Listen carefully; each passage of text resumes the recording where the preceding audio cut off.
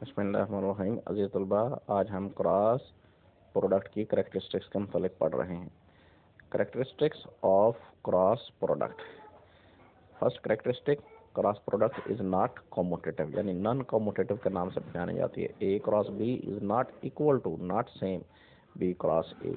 Second property, when two vectors are perpendicular then their cross product will be given as a being sin 90 degree. Perpendicular में angle 90 degree होता है, तो फिर हमें जो result मिलेगा a b n unit vector मिलेगा। N unit vector हमें बयान करता है कि ये हमारे पास जो रिजल्टेंट है normal to the plane containing a and b है। सिमिलरली इसी तरह जब हम यूनिट वेक्टर का केस देखते हैं तो आई और जे, आई एक्स डायरेक्शन को रिप्रेजेंट करता है और जे वाई को, दोनों परपेंडिकुलर होते हैं और रिजल्ट हमारे पास के यूनिट वेक्टर मिलेगा। जे क्रॉस के देखेंगे तो आई मिलेगा और के क्रॉस आई देखेंगे तो जे मिलेगा। अगर इनका ऑर्डर रिवर्स कर देंगे तो नेगेटिव साइन आएगा। Cross product of two parallel vectors is null vector. जब दो पैरेलल वेक्टर लिए जाते हैं तो उनकी क्रॉस प्रोडक्ट क्या होती है, एक नल वेक्टर पैदा करती है। पैरेलल वेक्टर में एंगल 0 डिग्री होता है और एंटी पैरेलल वेक्टर में एंगल आपके पास क्या है, 180 डिग्री होता है। दोनों से नल वेक्टर पैदा होता है। A cross B sine 0 degree, A cross B आपके पास sine 180 degree. N unit vector जाहिर किया गया है सात दोनों के, और आपके पास पैदा होगा ओ नल वेक्टर। इसी तरीके से जब हम सेल्फ प्रोडक्ट लेते हैं ए और बी के दरमियान, सेल्फ प्रोडक्ट होती है तो आपके पास क्या होता है, नल वेक्टर पैदा होता है। यूनिट वेक्टर का केस अगर हम लें तो आई क्रॉस आई, ये भी तो सेल्फ वेक्टर हैं, तो जे क्रॉस जे, के क्रॉस के, इनका भी रिजल्टेंट नल वेक्टर मिलेगा। इनकी वैल्यू 0 मिलेगी, मैग्नीट्यूड इनकी 0 होगी।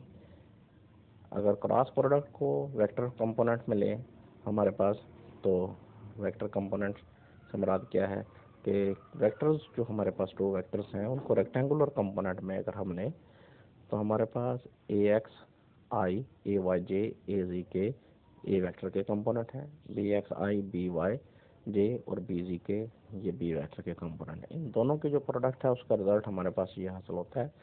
इस रिजल्ट को याद रखने का आसान तरीका ये है कि आप इनको डिटर्मिनेंट फॉर्म में लिख लें, जैसे यहाँ आपको दिखाया गया है।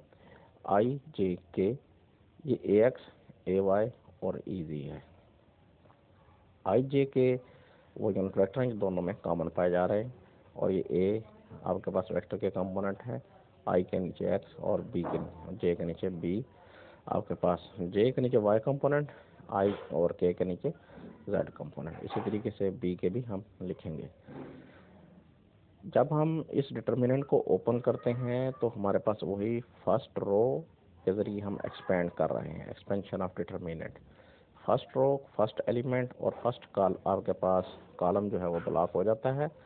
नेक्स्ट आगे मल्टीप्लाई करते हैं, फिर आप बी को अगली टर्म के लिए बी वाई को ए जी से मल्टीप्लाई करते हैं। इस तरह आपके पास ये फर्स्ट टर्म हासिल होती है, यानी ए वाई बी जी माइनस ए G B Y.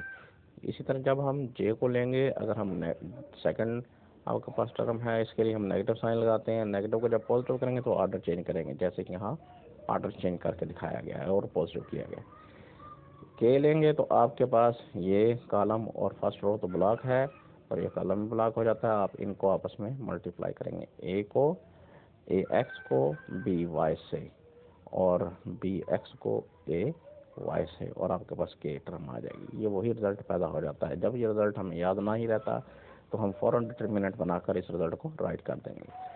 Last property जो हमारे पास आती है, फिफ्थ प्रॉपर्टी, जो वो है हमारे पास जो पैरेललोग्राम है उसका एरिया ए क्रॉस बी की मैग्नीट्यूड के बराबर होता है। कंडीशन क्या है कि ए वेक्टर और बी वेक्टर उस पैरेललोग्राम की एडजेसेंट साइड्स हों, और यानी ये उनका एंगल बन रहा है, ये उसकी एडजेसेंट साइड मुराद जो दोनों साइडें मिली हुई हों, एक कॉमन पॉइंट रखती हों। फिर जब इनकी क्रॉस प्रोडक्ट लेंगे, फिर इस क्रॉस प्रोडक्ट की मैग्नीट्यूड, यानी इसके साथ हम मॉड लगाएंगे, तो मॉड जब मैग्नीट्यूड आएगी तो वो होती है हमारे पास ए बी साइन थीटा। वो हमारे पास क्या बनेगी, ए बी साइन थीटा। उसमें एन यूनिट वेक्टर नहीं आएगा, वो बराबर होती है एरिया ऑफ पैरेललोग्राम। इसके साथ ही आज का लेक्चर ख़त्म हुआ। अच्छे तरीके से आपने याद करना। अल्लाह हाफ़िज़।